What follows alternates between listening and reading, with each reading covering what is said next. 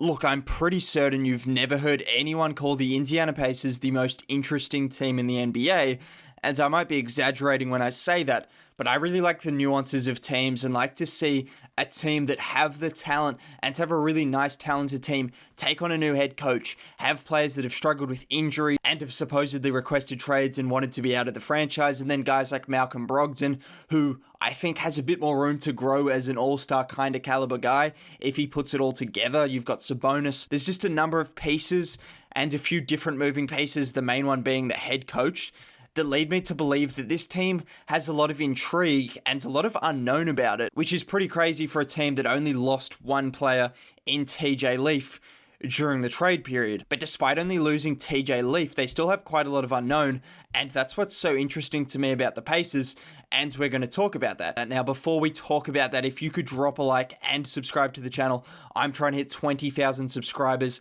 at some point in time, and that would be absolutely appreciated if you do that. It really helps out a lot, and it is so appreciated. So other than that, let's continue into the video. Now, this is probably bro science at its finest, but I can't be the only one that when a new head coach comes out of nowhere, I can't claim to have known who Nate Bjorkgren is. I don't know if that's how you pronounce it. I haven't seen the pronunciations for it. Nate Bjorkgren, I'm not exactly sure. That had a bit of an accent to it, but I can't be the only one that sees when a new coach comes out of kind of nowhere, when he's lauded as a bit of a mastermind, when the Pacers have such high raps on him saying he aced the interviews, they were so happy with the confidence he had and everything he was saying to them. They didn't go into details, but the quotes I heard were that they were sure he was the guy. I can't be the only one that thinks this is the next mastermind that is going to come in and revolutionize the NBA. It's just been happening in sports, and it's just something that we kind of have come accustomed to with these new offensive-minded guys, these new young head coaches who come out of nowhere and immediately show a desire to make a change and kind of move this team forward, which is what the Pacers need, because they've been solid, but they really need to try and move forward, because being around the middle of the Eastern Conference doesn't get you anywhere. It's time for them to make a move, and bringing in a new head coach might be that move that takes them over the edge. I know some people think Nate McMillan's a solid coach, and I think he is. Is there anything particularly wrong with him? Probably a few things, but we're not going to talk about that. He's a solid coach, but there's a huge difference between being a solid head coach and a great head coach. Being stuck with a solid coach doesn't really get you anywhere, and you've got to take a gamble, and I don't think it's even much of a gamble given the lineup that the Pacers have.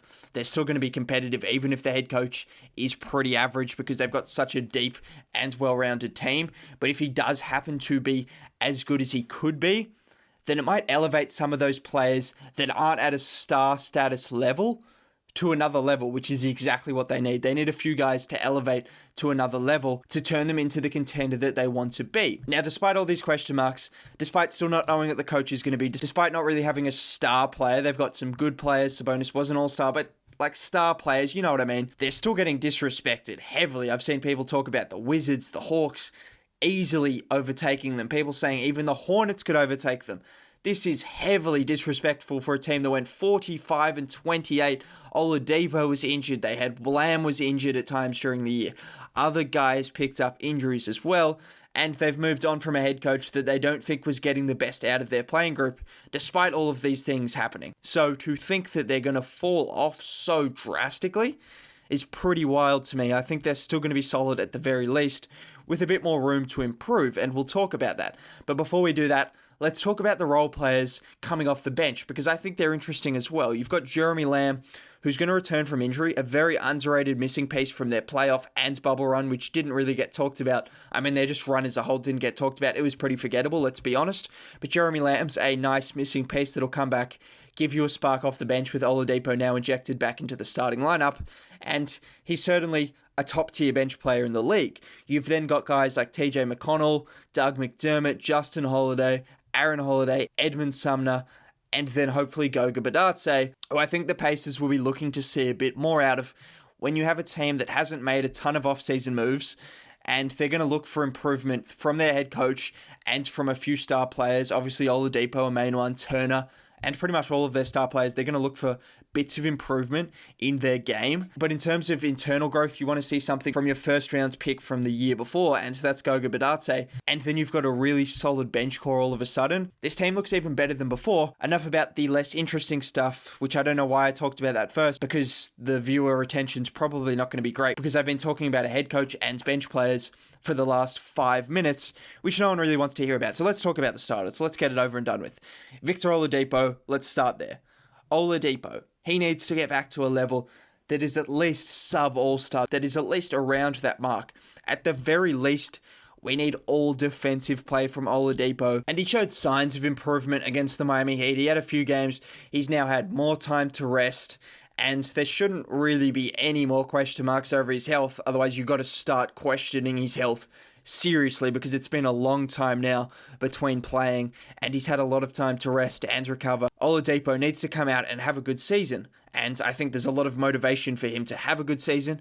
He can increase his trade value and get a trade away, or he can get a max contract in the offseason, which at the moment he's not going to get. So if he wants that max contract, which he seems desperate to get, he's going to need to perform. So if that's an incentive that makes him perform, then Pacers fans will be fine with that. And hopefully he's healthy enough to get back to his best, because that's exactly what they need. He's the guy with the most potential for stardom on this team. Sabonis isn't there yet. I still think there's room for improvement. Sabonis might be able to develop his outside game, turn into more of a three-point shooter.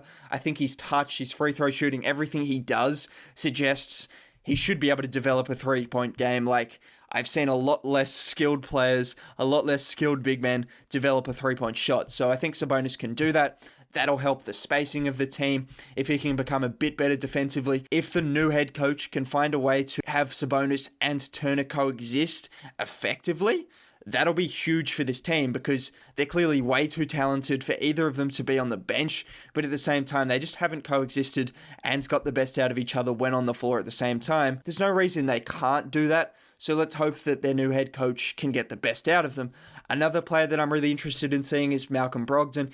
He had a very high usage rate and took a huge step up from Milwaukee to Indiana, and he was definitely worth the money, but his three-point shot declined rapidly towards the end of the year, and it had a lot to do with his usage rate. He was taking a lot more pull-up shots. He wasn't getting as many open looks as he was in Milwaukee, and there was just a number of things, but he has talked about how he's worked on that jump shot all preseason, all off-season, and he knows that's an area of improvement. He's not happy with shooting nearly 32% from three. This is someone that's been a 50, 40, 90 member and shot near 90% from the free throw line again.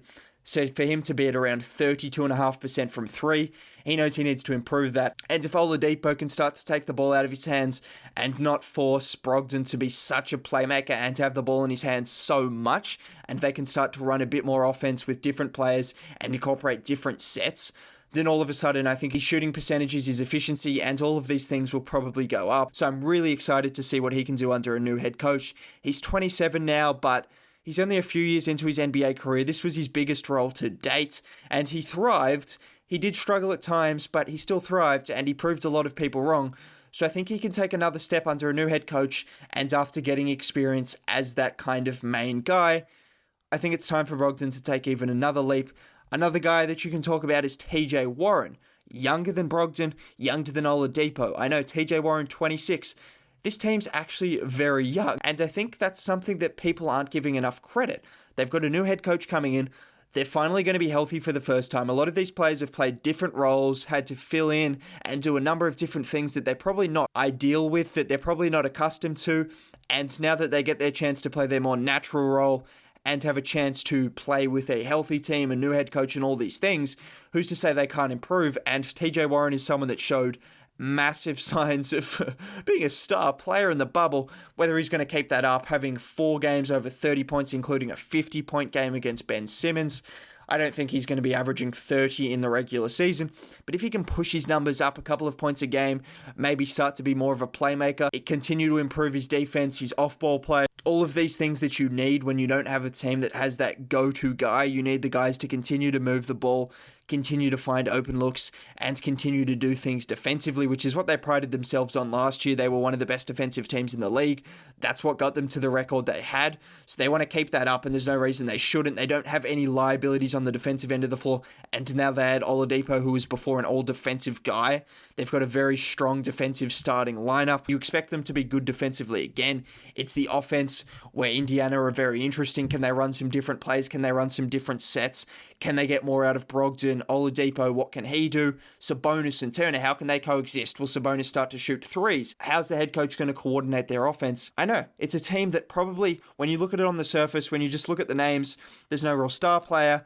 There's no real guy that grabs the attention. Everyone just seems to average like 20 points a game, and it's kind of that. They're going to be a solid team, and nothing more, nothing less. But I don't think you can write them off completely, given their age, given their new head coach, given they've had injuries, and all of these things suggest to me that there's still room for improvement with the Pacers, and there's still room to be optimistic if you're a Pacers fan, that you're not going to be just stuck in this arbitrary where you're just kind of middle of the pack and you're being good but not good enough and it's not bad enough to get high draft picks. There's still room for improvement, but I still think they're going to be a good team. People writing them off and saying teams like the Hawks and the Wizards are going to jump them, the Hornets, incredibly disrespectful for a team that did well with injuries. Let's not write this team off. They're still a solid team, and I'm interested to see what they can do heading into next year. Very interesting team in my opinion, and that's why I thought I'd talk about the Indiana Pacers. If you made it to the end of the video, if you did enjoy the video, a like would be greatly appreciated. Also, subbing to the channel, as I said, really helps. Other than that, I'll catch you next time. Bye.